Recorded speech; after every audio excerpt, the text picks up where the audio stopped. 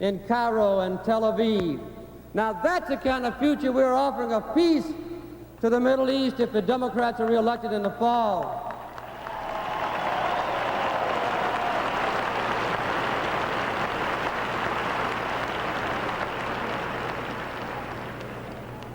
I am very proud that nearly half the aid that our country has ever given to Israel in the 32 years of her existence has come during my administration.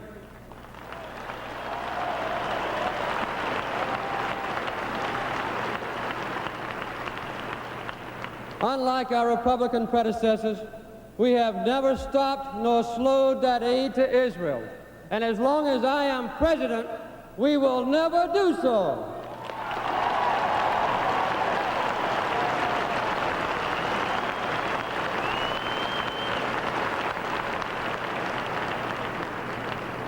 Our commitment is clear. Security and peace for Israel. Peace for all the peoples of the Middle East. But if the world is to have a future of freedom as well as peace, America must continue to defend human rights.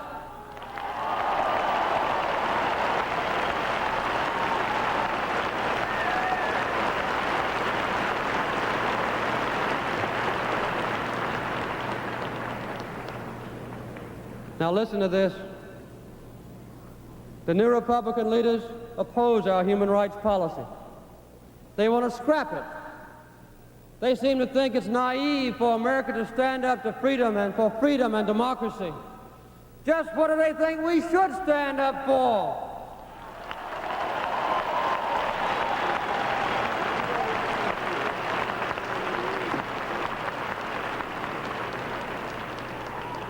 Ask the former political prisoners who now live in freedom if we should abandon our stand on human rights. Ask the dissidents in the Soviet Union about our commitment to human rights. Ask the Hungarian Americans. Ask the Polish Americans. Listen to Pope John Paul II. Ask those who are suffering for the sake of justice and liberty around the world. Ask the millions who fled tyranny if America should stop speaking out for human principles. Ask the American people. I tell you that as long as I am president, we will hold high the banner of human rights, and you can depend on it.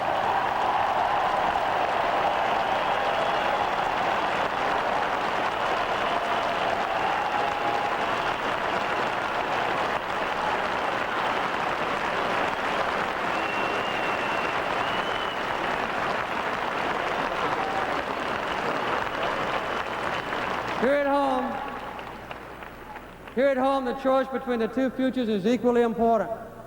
In the long run, nothing is more crucial to the future of America than energy. Nothing was so disastrously neglected in the past. Long after the 1973 Arab oil embargo, the Republicans in the White House had still done nothing to meet the threat to national security of our nation. Then, as now, their policy was dictated by the big oil companies.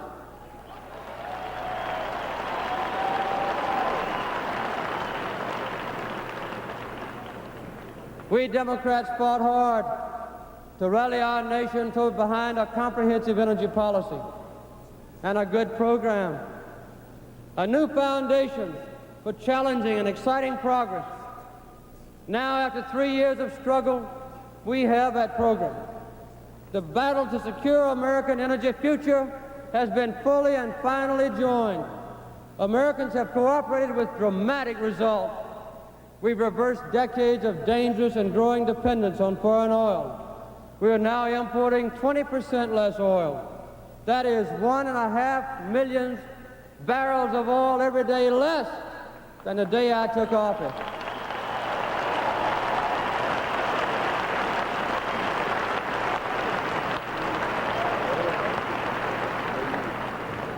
And with our new energy policy now in place, we can discover more, produce more, create more, and conserve more energy, and we will use American resources, American technology, and millions of American workers to do it with.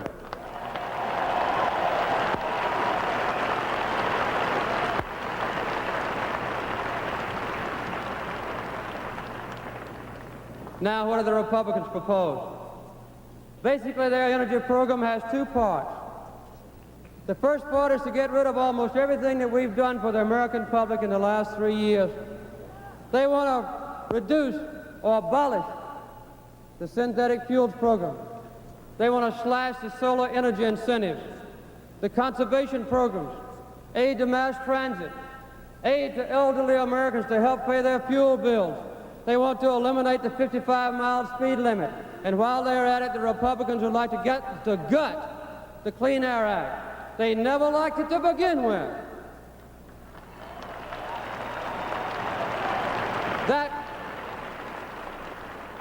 That's one part of the program. The other part is worse. To replace what we have built, this is what they propose: to destroy the windfall profits tax and to unleash the oil companies and let them solve the energy problem for us. That's it.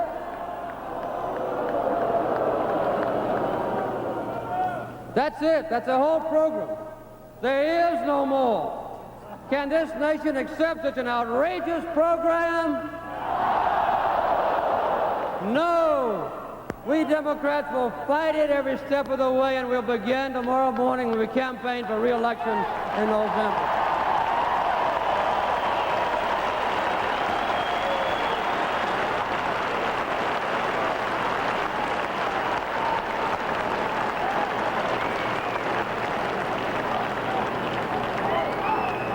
When I took office, I inherited a heavy load of serious economic problems besides energy. And we've met them all head on.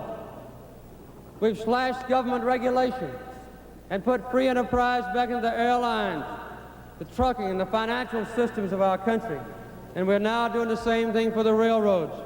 This is the greatest change in the relationship between government and business since the New Deal.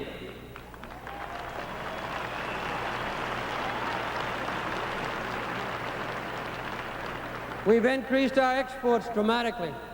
We've reversed the decline in the basic research and development. And we have created more than 8 million new jobs, the biggest increase in the history of our country.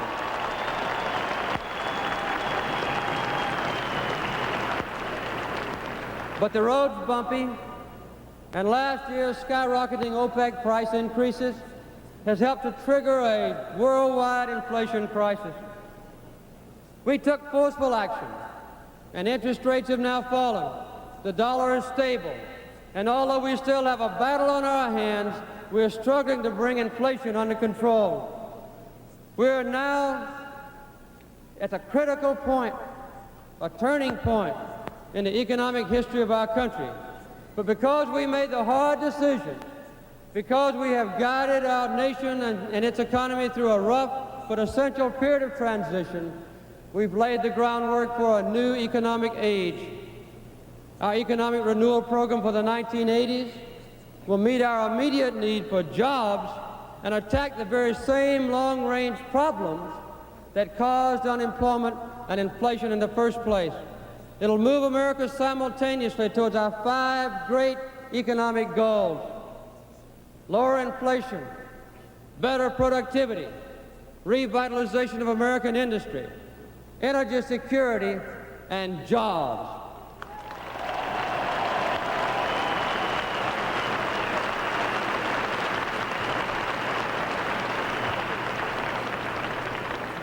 It's time to put all America back to work, but not in make work, in real work.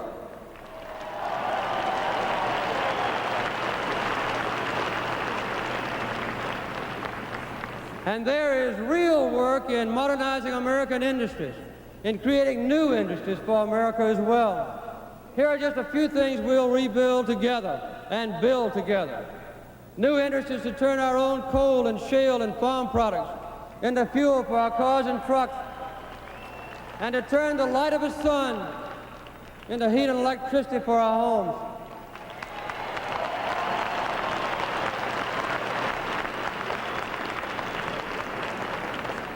A modern transportation system of rail beds and ports to make American coal into a powerful rival of OPEC oil.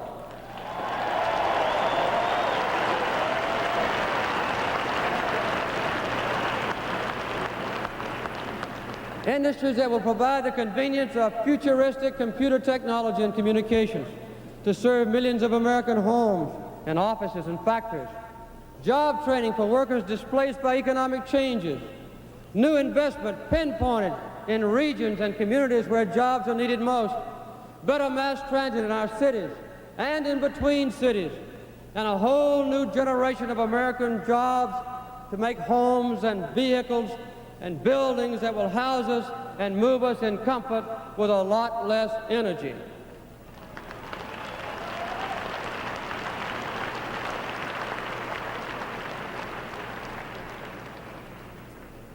And this is important too.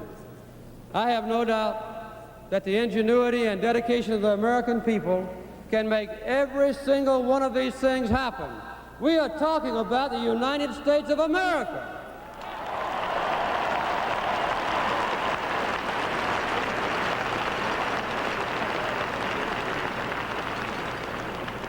And those who count this country out as an economic superpower are going to find out just how wrong they are.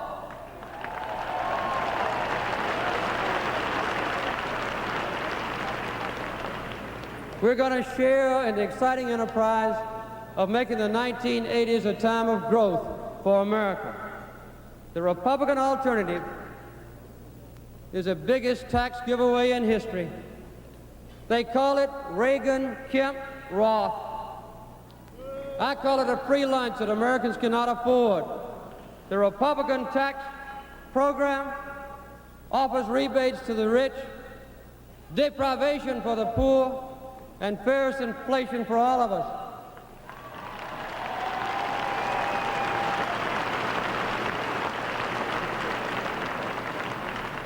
Their party's own vice presidential nominee said that Reagan-Kemp-Roth would result in an inflation rate of more than 30%.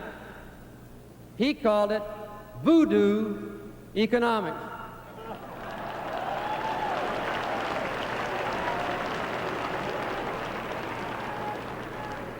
He suddenly changed his mind toward the end of the Republican convention, but he was right the first time.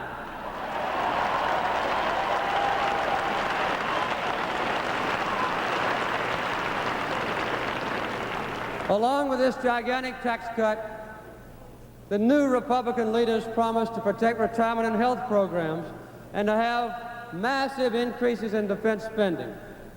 And they claim they can balance the budget. If they are serious about these promises, and they say they are, then a close analysis shows that the entire rest of the government would have to be abolished. Everything from education to farm programs, from the GI Bill to the night watchman at the Lincoln Memorial. And the budget would still be in the red.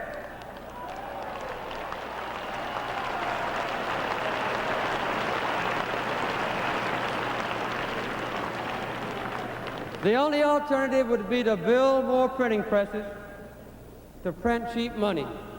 Either way, the American people lose. But the American people will not stand for it.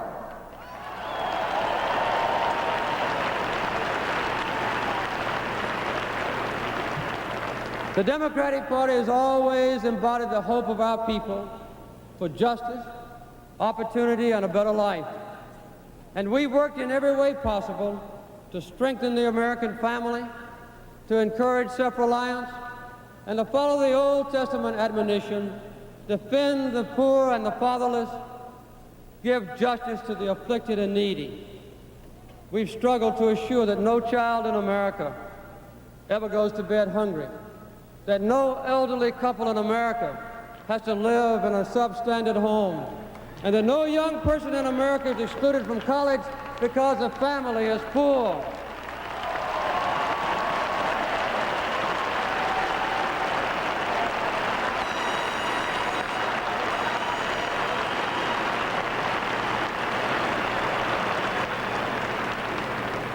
But what have the Republicans proposed?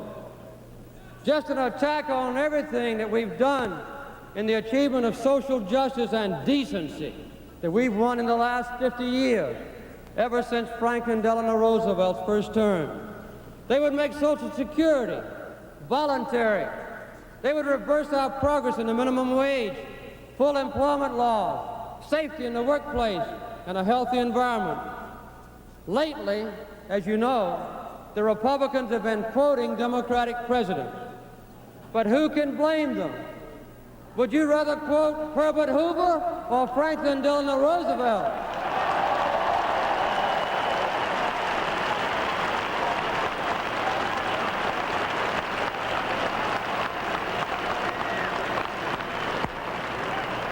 Would you rather quote Richard Nixon or John Fitzgerald Kennedy?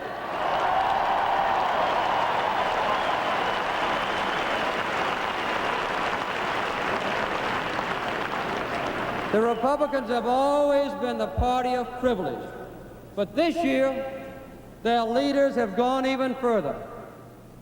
In their platform, they have repudiated the best traditions of their own party. Where is the conscience of Lincoln in the party of Lincoln? What's become of their traditional Republican commitment to fiscal responsibility? What's happened to their commitment to a safe and sane arms control? Now, I don't claim perfection for the Democratic Party. I don't claim that every decision that we have made has been right or popular. Certainly, they've not all been easy. But I will say this. We've been tested under fire. We've neither ducked nor hidden.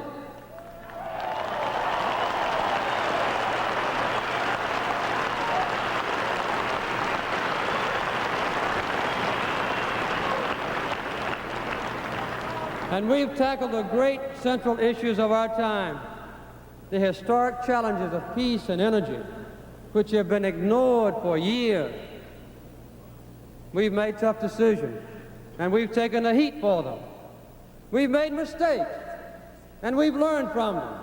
But we have built the foundation now for a better future. We've done something else, perhaps even more important. In good times and bad, in the valleys and on the peaks, we've told people the truth, the hard truth.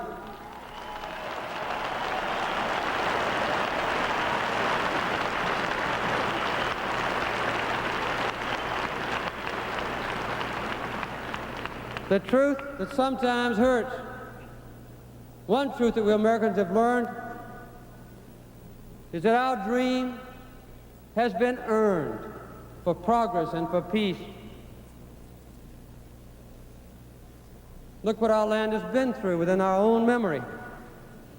A Great Depression, a World War, the technological explosion, the Civil Rights Revolution, the bitterness of Vietnam, the shame of Watergate, the twilight peace of nuclear terror. Through each of these momentous experiences, we've learned the hard way about the world and about ourselves. But we've matured and we've grown as a nation, and we've grown stronger. We've learned the uses and the limitations of power. We've learned the beauty and responsibility of freedom. We've learned the value and the obligation of justice. And we have learned the necessity of peace. Some would argue that to master these lessons is somehow to limit our potential. That is not so. A nation which knows its true strengths, which sees its true challenges, which understands legitimate constraints, that nation, our nation, is far stronger than one which takes refuge in wishful thinking or nostalgia.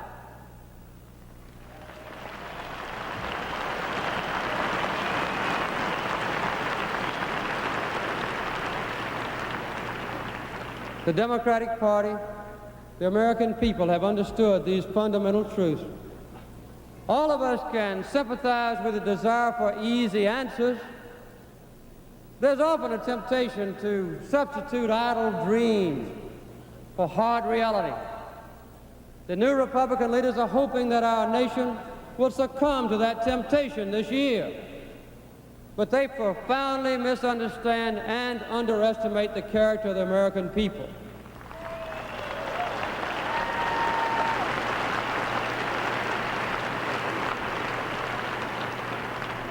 Three weeks after Pearl Harbor, Winston Churchill came to North America, and he said, "We have journeyed all this way.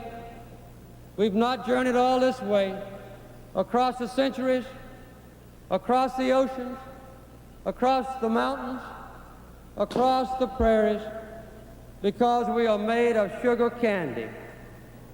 We Americans have courage. Americans have always been on the cutting edge of change. We've always looked forward with anticipation and confidence. I still want all the same thing that all of you want: a self-reliant neighborhood, strong families, work for the able-bodied and good medical care for the sick, opportunity for our youth and dignity for our old, equal rights and justice for all people. I want teachers eager to explain what a civilization really is.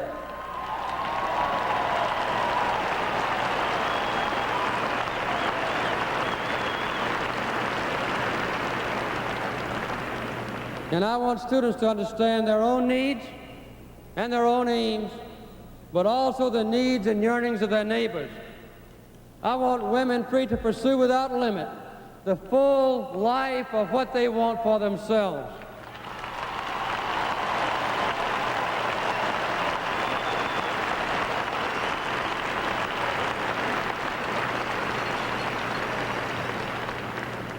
I want our farmers growing crops to feed our nation and the world, secure in the knowledge that the family farm will thrive and with a fair return on the good work they do for all of us. I want workers to see meaning in the labor they perform and work enough to guarantee a job for every worker in this country.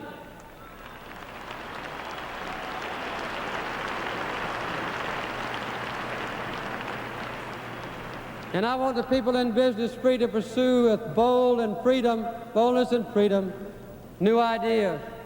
And I want minority citizens fully to join the mainstream of American life.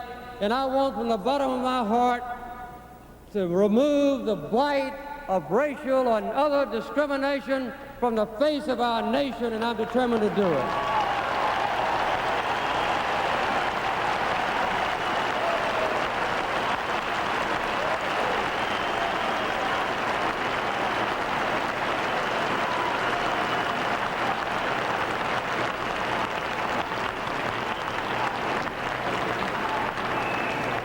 I need for all of you to join me in fulfilling that vision. The choice between the two futures could not be more clear. If we succumb to a dream world, then we'll wake up to a nightmare. But if we start with reality and fight to make our dreams a reality, then Americans will have a good life, a life of meaning and purpose in a nation that's strong and secure.